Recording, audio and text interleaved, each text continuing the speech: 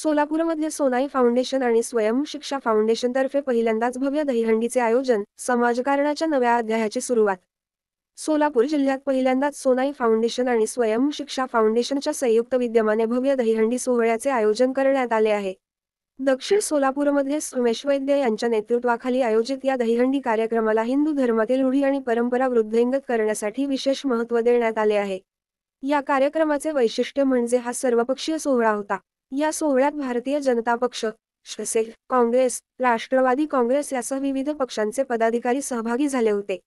सर्व पक्षांना एकत्र आणून समाजकारणाच्या नव्या दिशेची मांडणी हा या सोहळ्याचा उद्देश होता, असे आयोजकांनी स्पष्ट केले।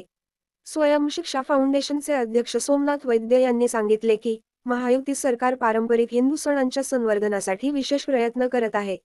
त्यांचे यासाठी अभिनंदन करावे लागेल। यापुढेही कोणतेही सरकार सामाजिक सुरक्षा आणि सलोखा जपण्यासाठी कार्यरत राहील, अशी अपेक्षा आहे।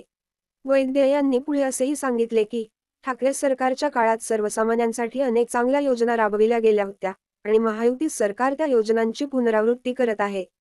त्यामुळे सरकार कोणतेही असो, ते सर्वसमावेशक आणि सर्वसामान्यांच्या हितासाठी काम करत असते।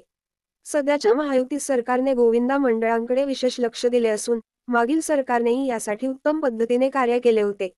या सोहळ्यात सहभागी झालेल्या नागरिकांनी दहीहंडी उत्सवाच्या माध्यमातून सोलापूरमध्ये परंपरा आणि समाजकारणाचे एकत्रित दर्शन घडवले।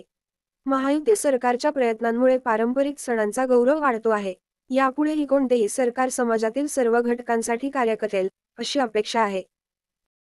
शिक्षा एज्युकेशन फाउंडेशन जुळे सोलापूर आणि सोनाई फाउंडेशनच्या वतीने आज सोलापूरमध्ये इतिहासातील सर्वात मोठ्या दहीहंडीचे आयोजन केलं होतं आणि ती दहीहंडी ती अतिशय उत्स्फूर्तपणे पार पडलेली आहे। आता मुंबई, पुणे, ठाणे, सातारा, सांगली, सोलापूर मधील संघांनी आपले आपले खेळ दाखवलेले आहेत आणि या दहीहंडीतलं पहिलं बक्षीस आहे ते 5 लाख रुपयाचं आहे। आता 10 मिनिटातच कळेल की आता पहिलं बक्षीस कोण जिंकणार आहे। हिंदू धर्मातील परंपरा रूढी या वृद्धिगत व्हाव्या यासाठी आम्ही हे पारंपरिक खेळ आयोजित केला होता आणि नव्या पिढीलाही हिंदू संस्कृती काय आहे, भारतीय संस्कृती काय आहे ती कळावी आणि ते अखंडपणे जोपासली जावी, अशा प्रकारचे उपक्रम मी आता सोलापूर फाउंडेशनच्या वतीने सुरू केलेले आहे। त्यास मला युवराज राठोडांची साथ मिळत आहे।